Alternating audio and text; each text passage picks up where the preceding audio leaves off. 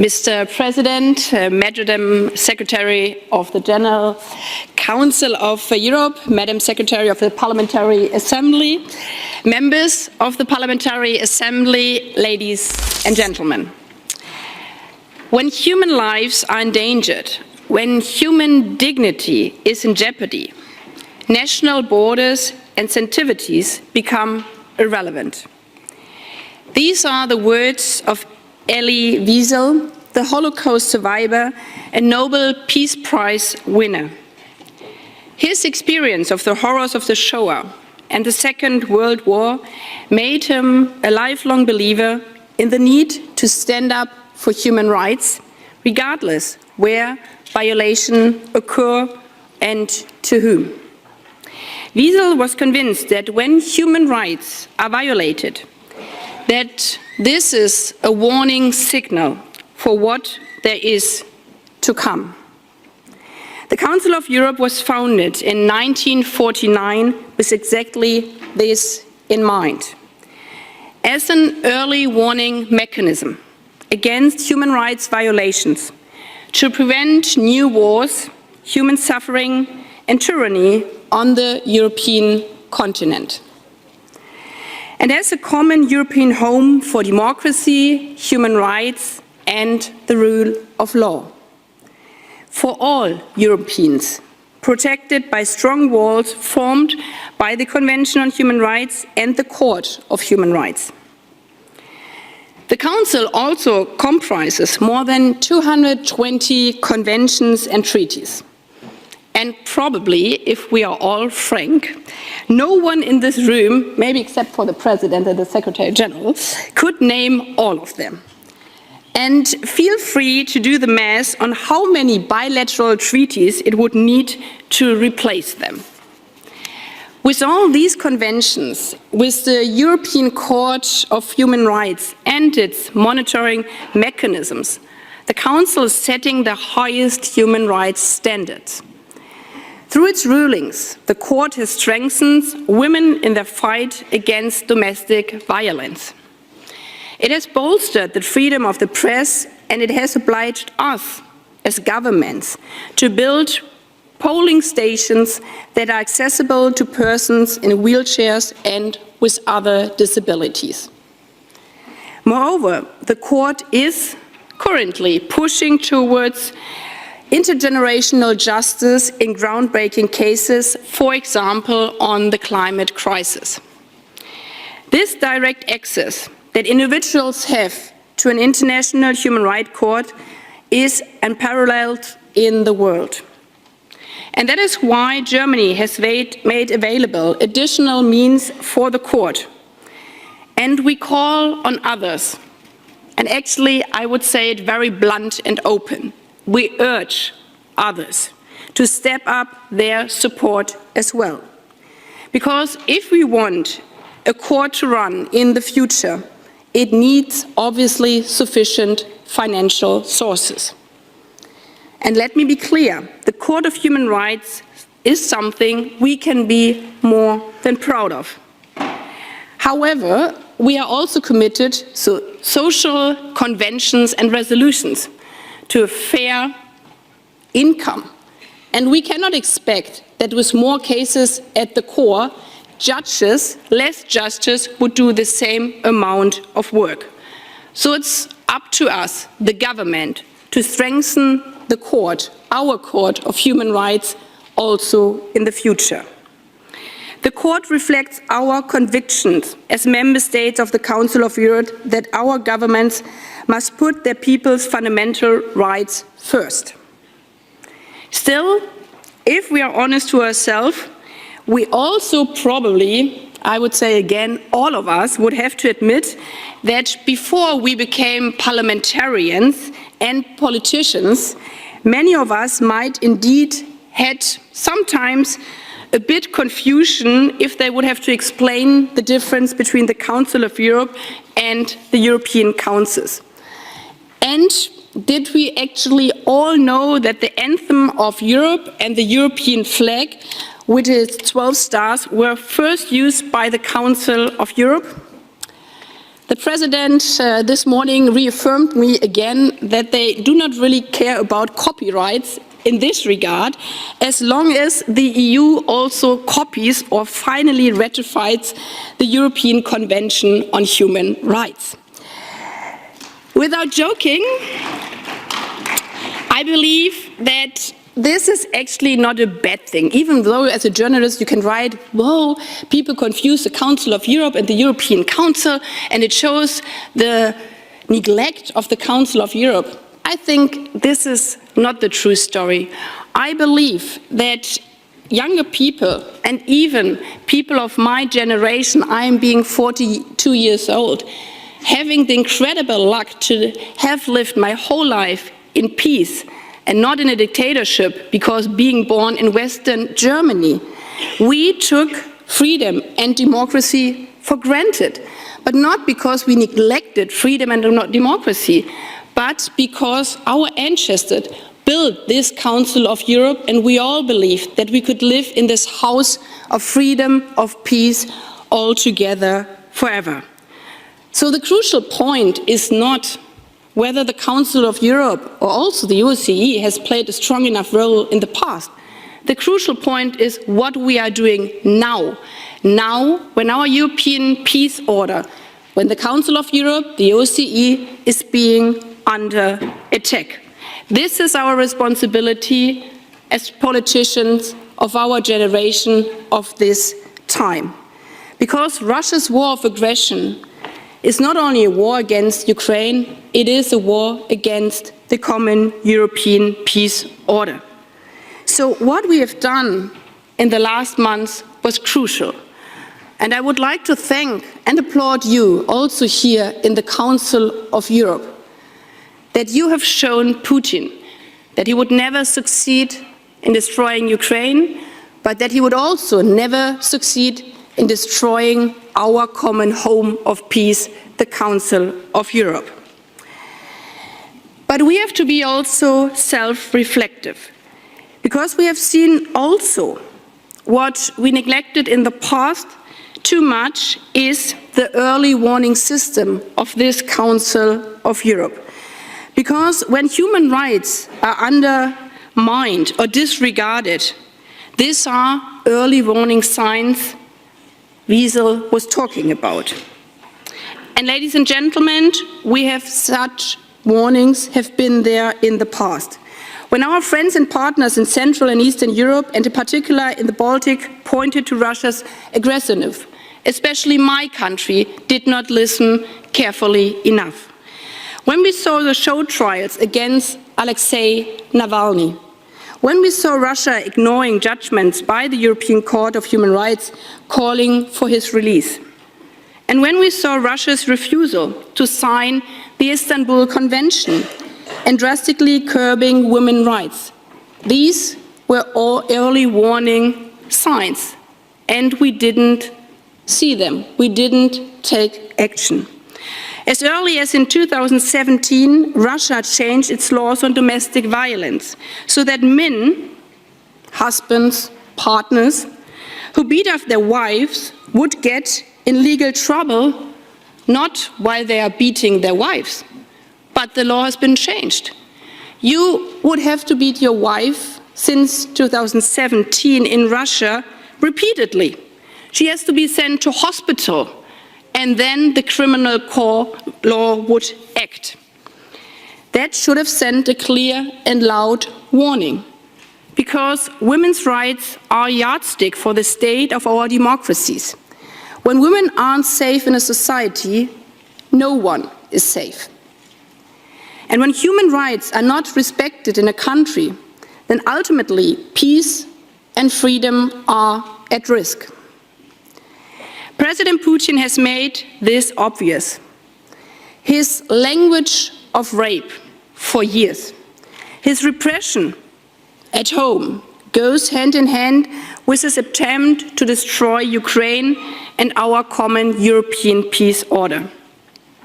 That is why I'm convinced that today the Council of Europe as an early warning mechanism is more important than ever. Its work for human rights makes a crucial difference to people across Europe. And to be clear, Europe is bigger than the EU. The Convention on Human Rights and the Council of Europe, they create a common European home for human rights and democracy for almost 700 million people. 700 million people who, thanks God, do not look alike, do not dream alike. They have different traditions, different histories, and different plannings for the future. But 700 million people, all united by their firm belief in fundamental rights. I had the privilege of seeing what this actually means, fundamental rights. When I spoke with teenagers in Kharkiv earlier this month, I was at different spots in Kharkiv and saw all the destruction. But actually what touched me most was my last stop at the heating point, set up with so much care, and I would even have to say love. We were sitting around a table, there was a warm stove, and we were offered tea and cookies because it was minus 12 degrees outside. And I was sitting with different teenagers. Their school had been destroyed in the early beginning of that war. So I was asking them, where do you go to school? And they looked at me and said, our school has been destroyed. So they haven't been to a school because not only their school had been destroyed, but many schools in Kharkiv had been destroyed for almost an entire year, because going to a makeshift school would be too dangerous. Because Kharkiv is a place 35 kilometers away from the Russian border. So if there is a rocket being targeted at Kharkiv, at the Kharkiv school, like before, there is no single air defense system which can prevent that this rocket would not hit their school again. They have 45 seconds to hide, and 45 seconds is obviously way too little to hide. You can only pray. So I asked them, what do you do if you're not going to school? And the impressive thing is that even in a partly destructed town, they have online teaching in classrooms. And I said, what are you doing otherwise? If you have 45 seconds only to pray, because you cannot hide. And one of the girls told me, well, I used to play volleyball, but obviously also my volleyball pitch is being destroyed. And I'm 16 years old. I normally hang around with friends, but also this is not possible anymore. So actually, even though these school children, these teenagers, survived, they are not living a normal life like teenagers. They hide every day and night, praying that the next rocket will not hit them. So when I asked them, why did you leave? Why didn't you leave? This girl, the 16-year-old, said, well, I left with my parents to Italy. But obviously, she came back. And I asked her, why did you come back here? Coming back to your neighborhood of Saltikva, which was wiped out by the bombs. When we were driving through them, you could see still the coffee table in a house which has been partly destroyed. People just drinking coffee before the rocket hit their home. She simply said, with tears in her eyes, because this is my home. Even though my home is now a prison, because I cannot go to school, I cannot go to volleyball, I cannot go out with my friends anymore. This is my home. This is where I want to be.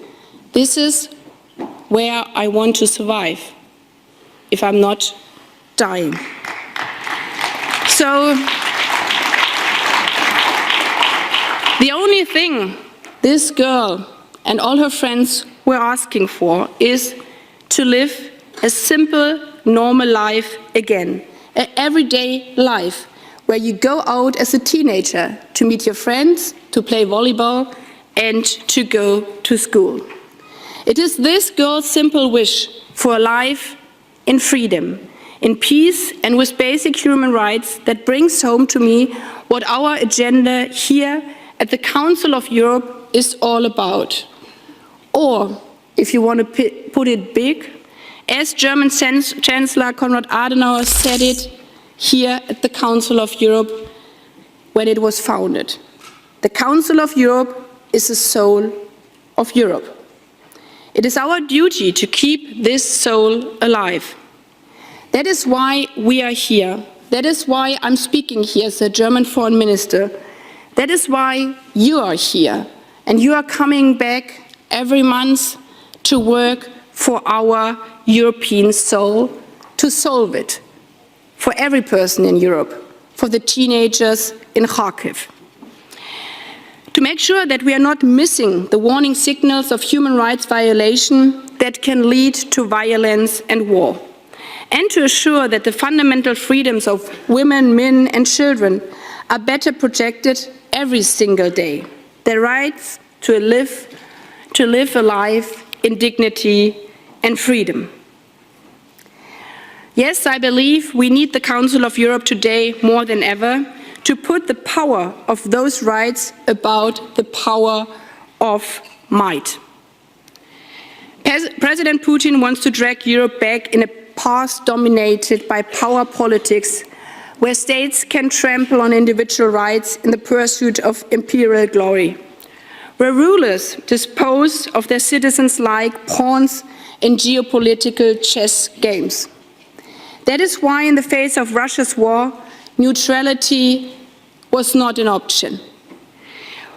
We had to make a choice between injustice and justice, freedom and oppression, between standing on the side of the aggressor and standing on the side of the victims, the teenagers in Kharkiv.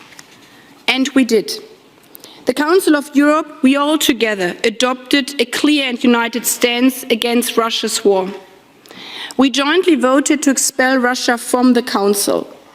And we made clear that the Council stands with the brave women and men and children of Ukraine who are fighting for their country and their freedom, but also for democracy and human rights on the entire European continent.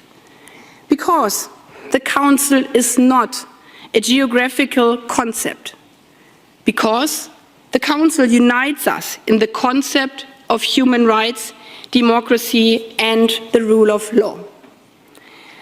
But we have also to critically assess why we did not fully recognize the early warning signals. This is why at the last meeting of the Committee of Ministers in Turin in summer, I advocated for a fourth summit of the Council of Europe that will now take place in Reykjavik under the Icelandic presidency. At this upcoming summit, we will have an opportunity to set up the Council for a new era in European history. We know that institutions are only as strong as the political and financial support they get. And that means we also have to give the Council the financial and other means it needs, as I said in the beginning. In this era marked by Russia's war, we can no longer take the progress of liberty and human rights in Europe for granted. Fundamental rights and freedoms are under pressure on too many fronts. Therefore, if we want to show that despite repression and war, the power of democracy and the soul of Europe remain unbroken on our continent, then we have to stand up and fight for them. Let us keep this in mind as we prepare for the Reykjavik summit, building on all our valuable ideas and suggestions. And there are many floating around. You took a decision just these days, and I would like to focus on three crucial points for this summit. First, the summit should reaffirm our joint commitment to the core values of the Council of Europe. Or let me put it in another way. If the Council is to remain our common home, our common soul for European democracy and human rights, we have to fix the cracks in its walls, stop the erosion of its foundations, and make sure that all residents abide by the House rules. I'm aware of the fact that our 46 member countries have very different historic and cultural pasts. I also know that no legal system and no democracy is perfect. Thanks God, because no human being is perfect, because we are all different. But what we all wish for is to get better every day. Because there is not such single form or type of a perfect democracy. But what binds us all in the Council is our commitment to the rule of law and to the division of power, our pledge to protect our people's fundamental rights and daily freedoms. And that is what we have signed up to. So let me say loud and clear, all member states have to respect the European Convention on Human Rights and implement the Court of Human Rights judgments based on it. And it worries me deeply that for years the Turkish authorities have been ignoring the court's demands to release Osman Kavala, whose detention the court considers to be politically motivated. And yes, it was good that there has finally been a visit, but this is nothing to applaud about because Osman Kavala shouldn't be in prison. It's simply unacceptable for a member state of this Council to imprison someone for political reasons. That is why the Committee of Ministers has initiated infringement proceedings against Turkey. Co-rapporteurs of the Council have recently underlined this by the visit. And I'm reiterating our call for the Turkish authorities to release Osman Kavala and also to release Selahattin Demirtas and the others whom the court has also ruled to be unlawfully detained. We all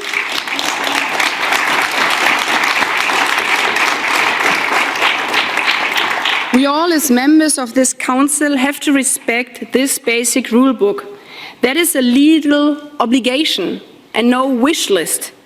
And that is what our citizens expect from us.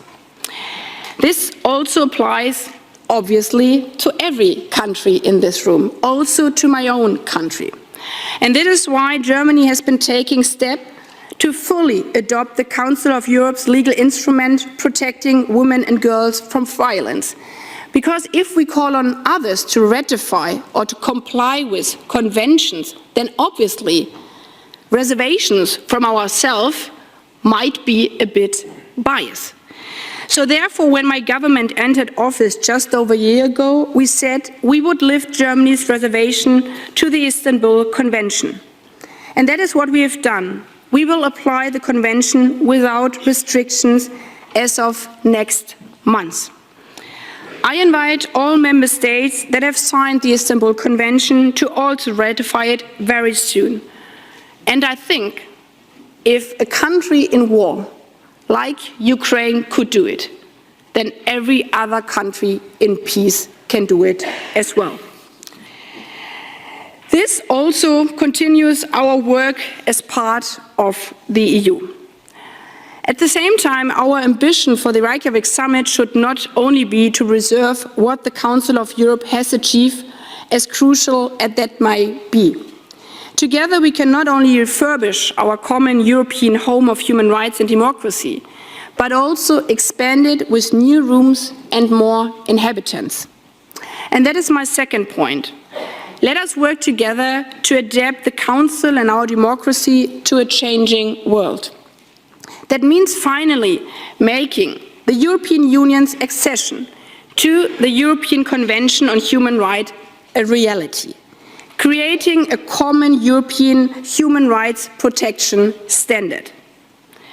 Most importantly, however, the Council can help pave the way for a new generation of human rights. Democracy and human rights are based on universal values, but they are also constant works in progress, because our societies evolve and new technologies obviously emerge. Take the digital revolution that is transforming how we all shop, meet our friends, and go on a date, if you still go on a date. How entire industries work, or how scientists predict storms and droughts. The internet, social media, and artificial intelligence have already made our lives so much better, but obviously they also bring new challenges and risk. We have seen that AI facial recognition can have racial bias that is used to target children with aggressive advertising, and that autocratic regimes are exploiting it to track down dissidents. That is why democratic governments, we, have to work together to protect human rights in the digital world. We cannot simply leave this to algorithms, to TikTok or Elon Musk. This is a political task. This is a democratic task. In the Council of Europe, we are working on a convention on the development, design and application of AI systems. This convention can set a pan-European standard for human-centric and human rights-based AI, making sure, for example, that companies and governments are not spying on people by running their social media posts through AI analysis. Together, we can ensure that technology makes human rights stronger, not weaker, because technologies are there for human and not for industry or autocracies. That is why the German government is committed to working with you all to see this new convention adopted this year. And finally, there's a third point we should keep in mind: the outreach to that I would call neighbors and friends of the Council of Europe. When I traveled to another region, to Kazakhstan last year, I met again a young woman in her mid-20s who worked for an NGO and planned to establish a political party.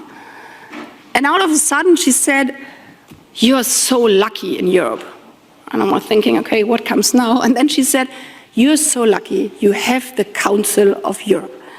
And for a moment I was stopping and thinking again, with old prejudices, so is she talking about the EU or the Council? So I said, the Council of Europe. Yes, the Council of Europe.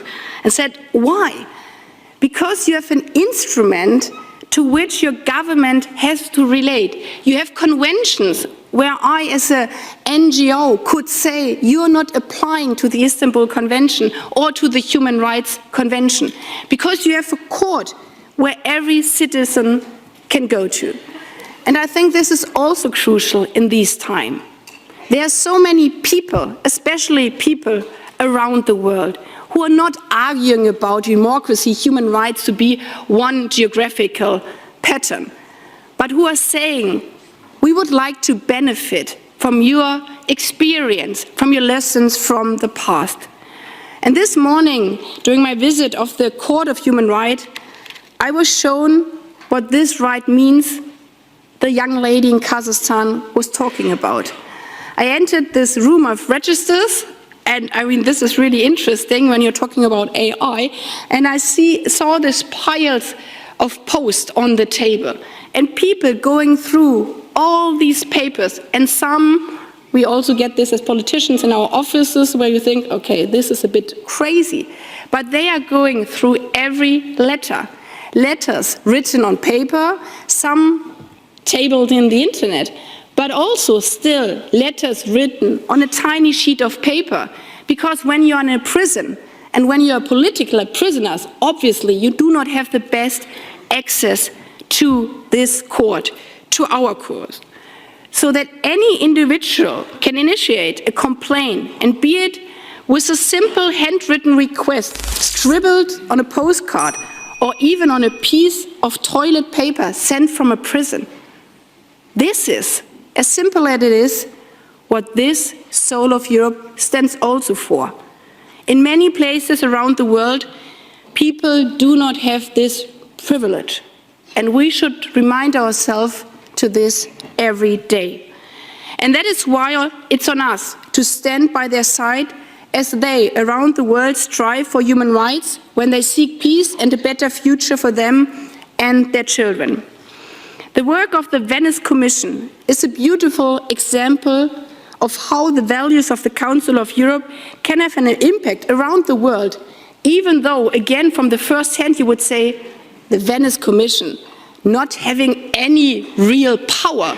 But the influence from the Venice Commission is maybe bigger than a big institution with a lot of money. Because with its advice on how to reform electoral laws and constitution, the Commission is a compass for democracy, guiding us and member states from no less than 5 continents all around the world. Ladies and gentlemen, we could go on, and you know it better than me about the hidden but so powerful tools of this Council of Europe. And it's up to us whether we use them or whether we leave them aside. It's our responsibility. We are the politicians of our times. When human lives are endangered, when human dignity is in jeopardy, national borders and sensitivities become irrelevant. That is how Elie Wiesel put it, reminding us to be watchful whenever human rights are violated. To us here in this plenary hall, these words might seem beautiful and aspirational, but to the boys and the girls in Kharkiv, to the 16-year-old who came back from Italy, to her home, to her destroyed home, because that is her European soil.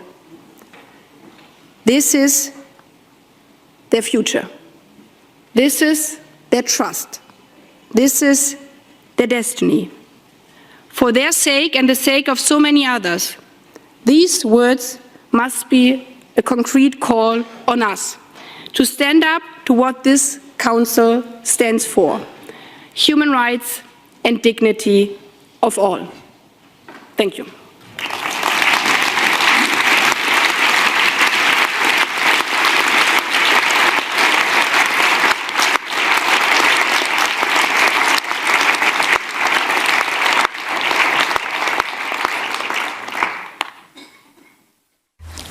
Thank you very much, Madam Minister.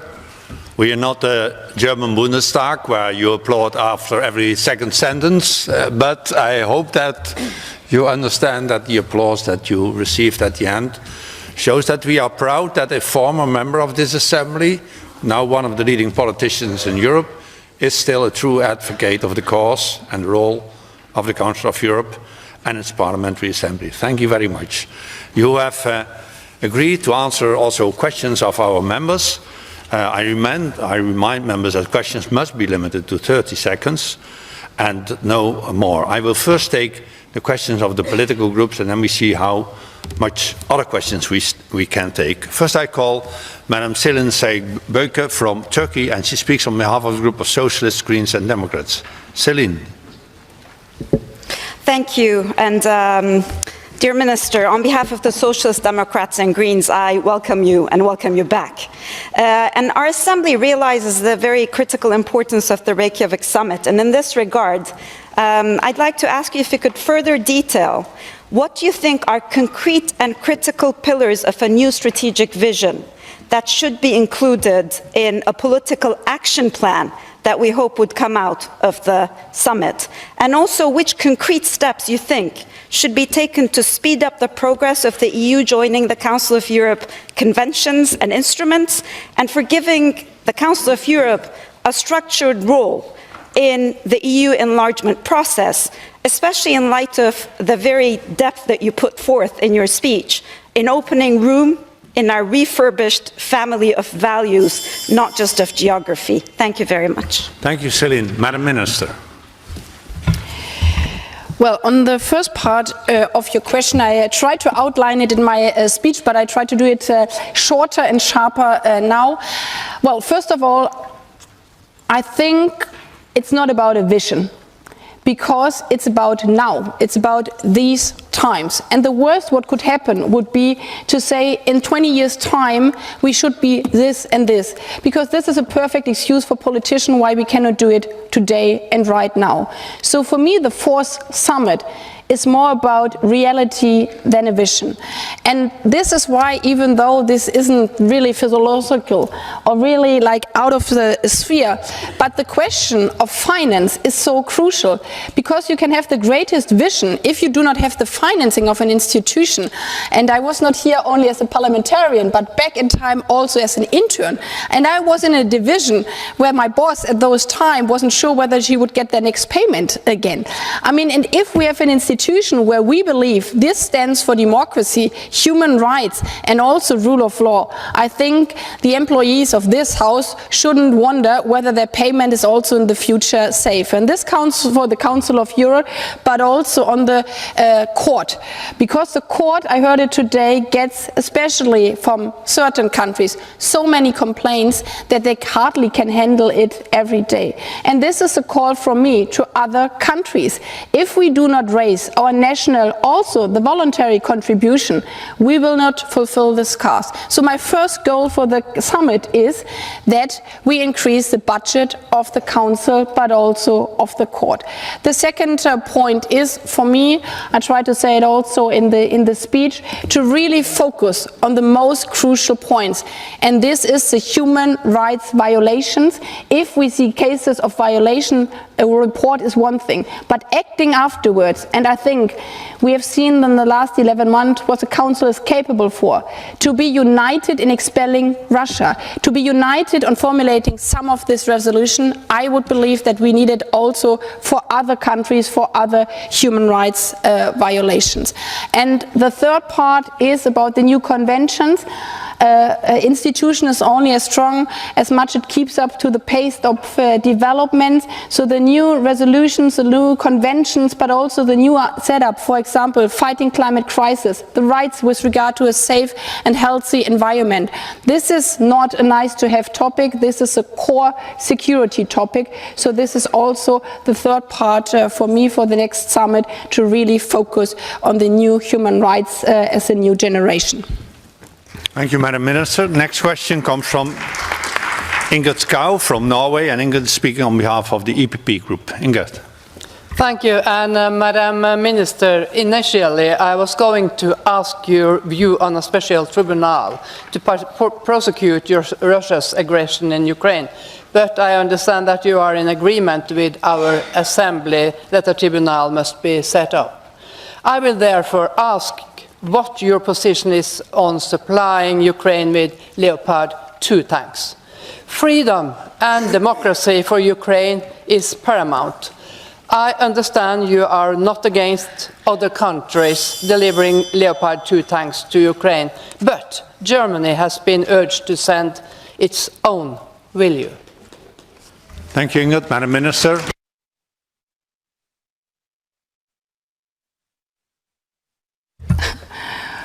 Well, I think my position on this is very clear. You could hear it on television the last 2 days. But because I'm in the Council of Europe, and this is not to hide away from an answer, because you can just read the answer in the news, obviously Ukraine needs more military support, but not only by one country like mine or the US, by all of us. We can fight this war only together. This is about our common European peace order, and this is why we are calling, with regard to tanks and other support, for a big international group. But obviously the Council of Europe is not delivering tanks, and I would say thanks God, because we don't have to duplicate things. This institution is about bringing accountability and justice. And this is why also, to your question here, I would like to answer with accountability. This war is not only led by military action from Russia. This war from Russia against Ukraine, against the European peace order, also attacks our justice system. It attacks the institution like the Council of Europe. It attacks the international criminal law. So I, speaking here as a foreign minister of Germany, but also as a European, yes, we have to do more military aid, But we definitely have to do more also on humanitarian aid, on winter help, on accountability, on the question about the missing children. Nobody is speaking about it because we do not have any facts about it. So what I'm saying here is we keep up with our military support, but we will definitely keep on going and on call on others with the humanitarian support, with the stabilization, and especially with the accountability. And I believe that the Council of Europe, together with the court, can play a crucial role together also with the International Criminal Court on this. Thank you. Thank you, Madam Minister. Next, I call Madam Petra Stine from the Netherlands, and Petra speaks on behalf of the ALDE group. Petra. Minister, thank you very much. On behalf of the ALDE group, I would like to compliment you for your leadership on feminist foreign policy. Because all of us know that as long as half of the population lacks in opportunities to getting good education, good healthcare, good job opportunities, and to participate in the political arena without being attacked or the misogyny all of us know many women get, we don't have human security. But, Madam Minister, action speaks louder than words. So on behalf of the ALDE group, we really would like to know how are you going to bring this leadership into practice? Not only for the people inside of Europe, but also for the people in Iran. We have large Iranian diaspora in many of our cities, and also for the people in Ukraine. We just had a report adapted on sexual violence in conflict situations. So yes, wonderful that you want to have this tribunal, but how can we ensure that also accountability will take place on these horrible acts of sexual forms of violence against women, girls, men and boys? Thank you. Thank you, Petra. Madam Minister. Thank you for this important question, because words only matter when they come into practice. However, I would say speaking out about these crimes is also crucial, because when we remember with regard to the Balkan War, and we heard from many those times that rape actually happens in a war. And I still hear that around the world. When I was in Ethiopia, why are you talking about rape? Rape is just normal in a war. But speaking out back then, the brave women in Bosnia and in many, many other countries of the Balkans saying this is not normal. And we had to fight in front of the International Criminal Court, which was not even established those times, that rape and sexual violence is actually a crime, and you cannot just count it under war crimes. This was a big, big fight, and I'm making this curve because we are not finally there, also not with the International Criminal Court. When I was in Den Haag, for example, I did not only speak about the special tribunal, but I spoke also on the need to develop further the accountability of these crimes. We had one of the cases against IS fighters in Germany, also against Yazidi women. And what we have seen in these cases, and this is why I'm always talking about my country and other European countries as well, that it's so much easier also for a prosecutor in Germany to bring the complaints of terrorism in front of a court, because even in our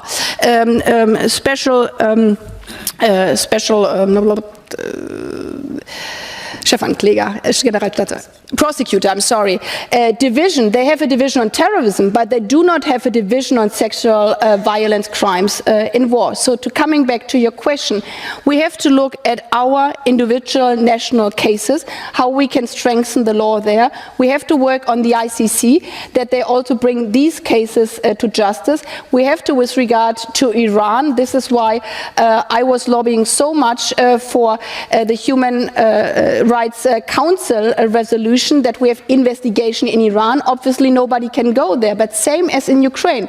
We have to collect the evidence now, maybe even from outside. We have to set up a special prosecution division, that at some point, like with the Yazidi women back in time, we collect the evidence and we bring the perpetrators to justice in the name of the victims. So it's a lot of work again on the judicial part, but naming them today today is the first step that accountability comes into place at some point, and this means also naming the Revolutionary Guards as what they are. I believe they are terrorizing their own citizen in Iran, so obviously they are a terrorist organization. So far we are not clear whether we have the legal ground that we can put them under the sanction regime also in the European Union.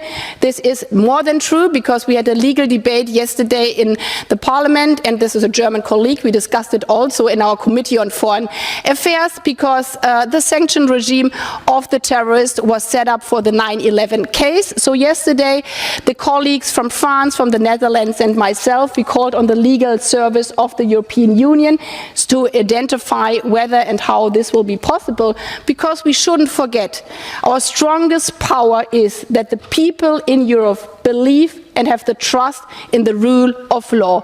And that means even in the most difficult times, like setting up a sanction regime, this has to be based on the rule of law, that it can also prevail at the end in front of the court. And therefore, sometimes it takes time, but in the end, the trust in the rule of law is the most important one. Thank you. Thank you, Madam Minister. Now I call on Chris Chope from the United Kingdom, and Chris speaks on behalf of the European Conservative Group. You have the floor, Chris. Madam Minister, although you don't seem to recognise it, today you have made the most powerful and eloquent case for Germany to supply Leopard tanks to Ukraine. Germany's refusal of these essential resources to Ukraine is prolonging the war and emboldening Putin.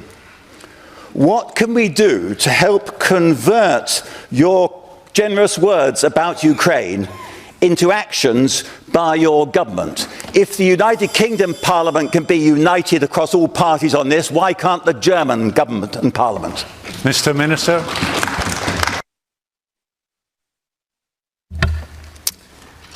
Well, I give the same answer as I did yesterday in the Foreign Affairs Ministers meeting. Because my answer is that finger pointing at each other doesn't bring peace and freedom to Ukraine. If we start or continue this game to finger point at others because it's more convenient for oneself, then Russia and Putin wins. And this is why I'm personally doing the opposite. And this is why, as a democratic politician in my country, where we have a government with different actors, we are discussing things and we are taking action jointly together with other partners. And this is why I'm not calling now on your country, on other countries, asking, so why haven't the Howitzers 2000 been delivered when Netherlands and Germany delivered them? Or why did it take so long that one country delivers now Bradley when others have delivered already tank? This ends nowhere. This ends only in dividing Europe. And therefore, I've said already in the last days, yes, we have to do more to defend Ukraine. Yes, we have to do more also on tanks. But the most important and the crucial part is that we do it together and that we do not do the blame game in Europe, because we are fighting a war against Russia and not against each other. Thank you. Thank you, Madam Minister. Now the last speaker on behalf of the political groups is Mr. George Katrougalos from Greece, and he speaks on behalf of the United European Left. George. Madam Minister, you are a politician of principles. That's why I want your personal position on two issues. Julian Assange, in the past you had endorsed our resolution for his immediate release. Where do you stand now? Second, German arms export to Turkey, a country which has now occupation forces to 3 other countries, Syria, Iraq, Cyprus. Do you find this compatible with the EU common position of 2008, which forbids military sale to countries which affect regional stability or do not comply with their international commitments? Thank you. Madam Minister.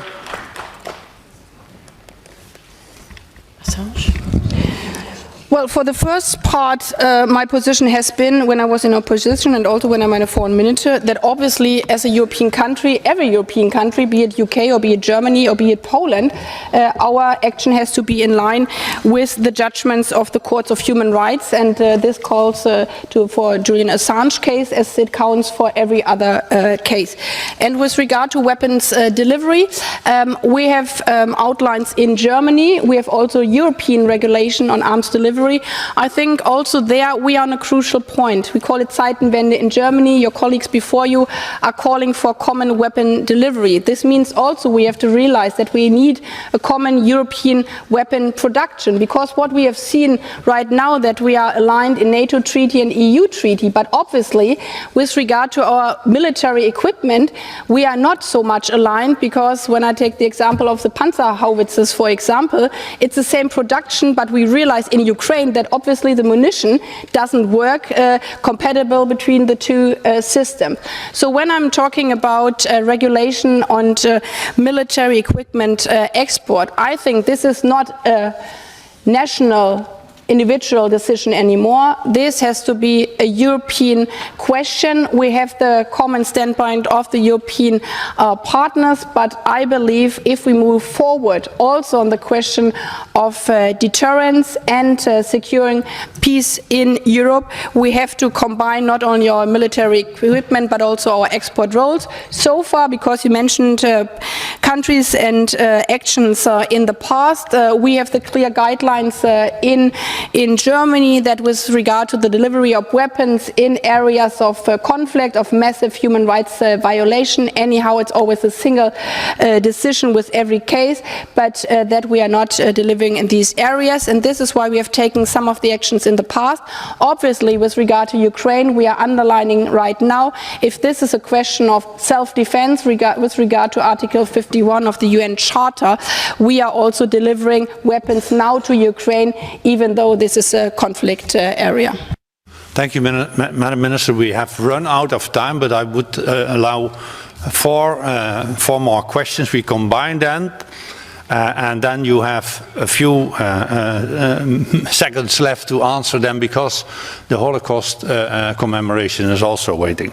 So I will now give the floor to Mr. Rubinian, Mr. Kolatyan, Madam Eda Gitschaler, and Mr. Goncharenko. Mr. Rubinian from Armenia, 30 seconds. Thank you. Madam Minister, last week the European Parliament adopted a resolution that condemns the blockade of Nagorno-Karabakh by Azerbaijan. The European Parliament urged the European Union to be actively involved and ensure that the people of Nagorno-Karabakh are no longer held under siege. Madam Minister, as an EU member state, what does the government of Germany intend to do in this situation? Thank you. Thank you, Ruben. Titus Kolatyan from Romania. Madam Minister, as you know, all of us worked hard in our countries, including in my own, Romania, to strongly support Ukraine while facing the aggression coming from Russia. In the same time, in some member states, we have accumulated during the years and during the past year an increasing concern, and now a huge disappointing seeing the bad treatment granted to the national minorities in this country, including to the Romanian national minority. Law on education, the recent law on minorities, and now violation of freedom of religion. My question is very simple. What is the German government assessment and position while discussing about this subject, and also take into account that this is a political criteria for EU accession and European standards in the Council of Europe? Thank you. Now I give the floor to Madam Andrea Eder Gitschaler from Austria. 30 seconds. Thank you, Mr. President. Liebe Frau Außenministerin, Sie waren ja letzte Woche in Den You were in The Hague last week at the International Court, and you said that it was very important to you to make sure that children who've been abducted from Ukraine should be taken back. What measures are you going to be taken? What will Germany be doing to make sure that these children get back to their parents? Thank you. Colleague Alexei Goncharenko from Ukraine. Thank you. My colleagues are telling you thanks, and I want to tell you thanks. I want to ask you to say directly, Council of Europe, it's about peace and justice, that's very important. But peace and justice today has one name, Leopard. So please tell us directly, yes or no, and when. Dankeschön. Mr. Minister, I told you that we have run out of time, but please do an effort to answer these 4 different questions. Well, thanks a lot for all your questions, also for the emotion, especially when you're directly not only affected, but your whole family, your whole friends are living in Ukraine and you're facing death every day. I totally understand this. So I also understand your question, but my discussion, first of all, peace is not only on tanks, even though this is a crucial question. This is why we are debating it intensively also in my government, and this is why we have delivered tanks. Gepard, Marders, battled vehicles, which others are deciding right now. But this is also about air defense, because this is why I have been talking about Kharkiv here. And I've experienced over the last months, and I would like to share this with you to show that it's not this simple answer. If we would deliver Leos, if we would deliver tanks, and the war is over. We had this discussion also in the beginning. If we would just have an oil embargo, then this war would be over. But unfortunately not, because what Putin is doing is so irrational. This is what we have to understand. This is not a logic. If we do one step, then the other step would follow. And this makes it so complicated for us. So I totally support. We need everything that Ukraine can defend your country, your citizens, your children, your grandparents. And you defend also our European peace order. So obviously it needs more military equipment, be it with regard to tanks, be it with regard to air defense, be it with regard with munition. But however, we have to also understand, unfortunately, that this probably won't prevent that the war is going on. So we need all the other factors as well. And this is why my plea to you is not because I want to bypass the military question, but we need every part of support, humanitarian, financial, and especially aid support right now, because the strategy is also from Putin in Kharkiv. It's not killing people only by rockets. They want to freeze people to death. I've been visiting one of these shelters, but it needs way more shelters. It needs demining projects. So this is also something every country can do. My country, your countries. And this is really my plea here. Let's fight about or discuss about tanks, and we will give an answer. I can promise you this. But let's not forget about the other tasks. They are at least as important as the military support, also in the future when we are talking about reconstruction. So with regard to the question from the Austrian colleague, thank you for bringing this up, the deportation of the children, because in this topic we don't even have figures. The International Committee of the Red Cross is not capable of going to eastern Ukraine. This is also my argumentation why I'm saying that we need more military support to free these areas. We don't know about the children. We don't know about the families in eastern Ukraine. And this is why I'm also saying to those who say you should just try harder with diplomacy and speak nice to Putin, that this is not possible. Because if he would be ready for diplomacy, the first thing would be that he would allow humanitarian access to eastern Ukraine, that he would allow to treat not only soldiers, but also children and family in eastern Ukraine. But obviously he's not ready to do this. To answer your question, first thing is again to speak about it. I've heard from many, don't speak about it because we don't have secured numbers. Well, obviously we don't know whether they are thousands or 10,000s of children, but even if it's only 100, we have to care for every single child. These are more than war crimes if you deport a child to another country and if you give it free to adoption. So we look together with also the Council of Europe, with the Criminal Court, together with the EU actors to trace the tracks. Where did the children go? What can we go to get them back to the country, to bring those to justice who commit these kind of crimes, to support the Ukrainians in their efforts to prevent that further children are being deported, because this is based also on fake news in eastern Ukraine. So these are tiny steps, but I think the most important one is to not be silent on this matter, because we are not sure how big these war crimes are.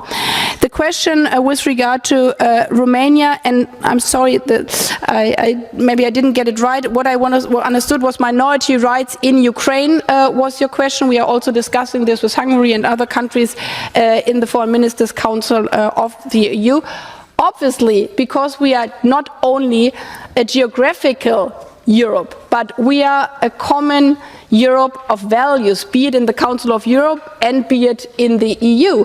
We said, when we said about the membership of the European Union, that yes, Ukraine belongs to the EU, but they have to fulfill all the European laws and conventions and treaties. And I find it quite impressive that in a time of war, they ratified, as I said before, the Istanbul Convention. They are working on so many legal aspects within their national constitutions and national law, and this counts obviously also to minority rights. So this is also work we are doing with the Council of Europe, but also with the EU. And the Armenia question, thank you that you brought up this topic, showing that unfortunately we are not only looking at a Russian war in Ukraine, but that we see other regional conflicts which we have to pay attention. This is also the situation with regard to the blockade of Lajin corridor, and yesterday we decided as a European Union to have an EU mission in Armenia, but obviously this mission only makes sense if there's also access from Azerbaijan side. So you ask, what are we doing there? First and most important, that also this mission can work from Azerbaijani side to monitor the humanitarian situation in the conflict area and to bring also there justice to the people in the region. Thank you very much for this exchange. Thank you also very much for this discussion. It shows what we are, a democracy and democratic countries where everybody can have their own and free opinion, but the most important is to listen to the others, to be ready to see it from their side of view. So thank you very much. There was a really fruitful exchange also for myself. Have a good day. Thank you. Thank you. Thank you very much, Madam Minister. We now are going, I invite you all to go outside because there will be the commemoration of the Holocaust.